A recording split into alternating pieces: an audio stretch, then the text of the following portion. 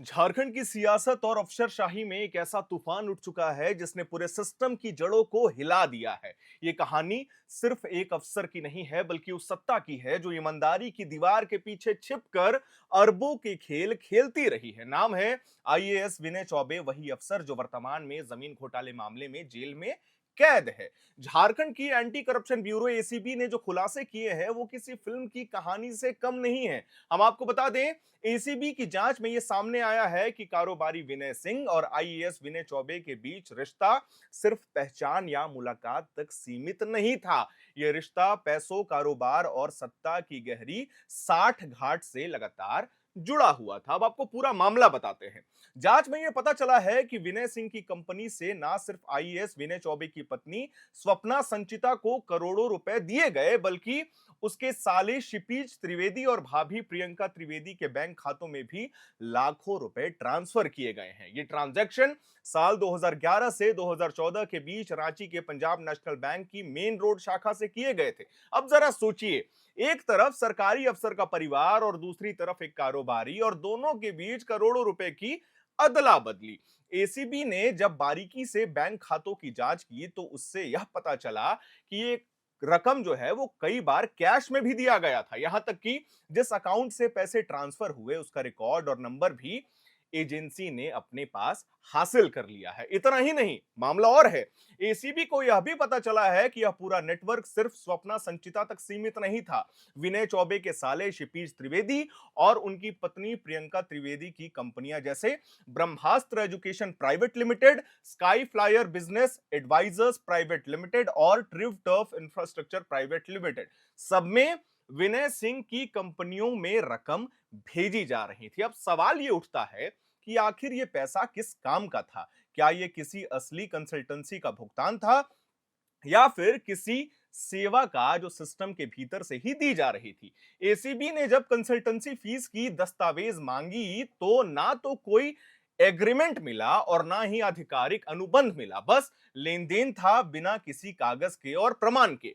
कानून जानकारों का यह कहना है कि यह सबूत अब एसीबी के लिए सबसे बड़ा हथियार बन गया है, क्योंकि इससे यह साफ हो रहा है कि आईएएस विनय चौबे, उनकी पत्नी, उनके रिश्तेदार और कारोबारी विनय सिंह सभी एक बड़े भ्रष्टाचार नेटवर्क का हिस्सा हैं, शायद सबसे बड़ा भ्रष्टाचार। अब खबर यह भी है कि आने वाले दिनों में एसीबी शिपीज त्रिवेदी और उनकी पत्नी प्रियंका त्रिवेदी को भी पूछताछ के लिए बुला सकती है।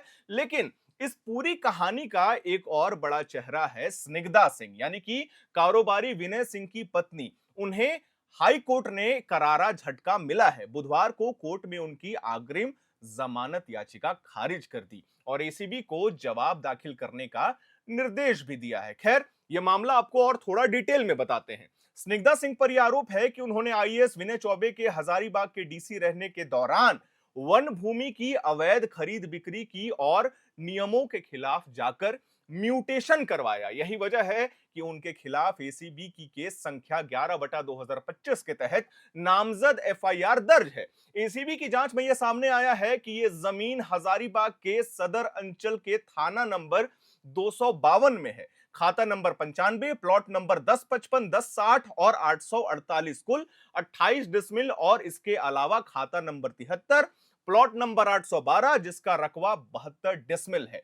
इन प्लॉट्स पर आज नेक्स्ट जेन का शोरूम संचालित हो रहा है, यानी जिस जमीन को वन भूमि बताया गया था उस पर अब कारोबार चल रहा है। अब यह मामला सिर्फ जमीन के एक टुकड़े का नहीं रहा, यह कहानी एक ऐसे नेटवर्क की है जिसने सरकारी पद, सत्ता और रिश्तों का इस्तेमाल करके करोड़ों का साम्राज्य अपने परिवार के बीच ही खड़ा कर दिया है।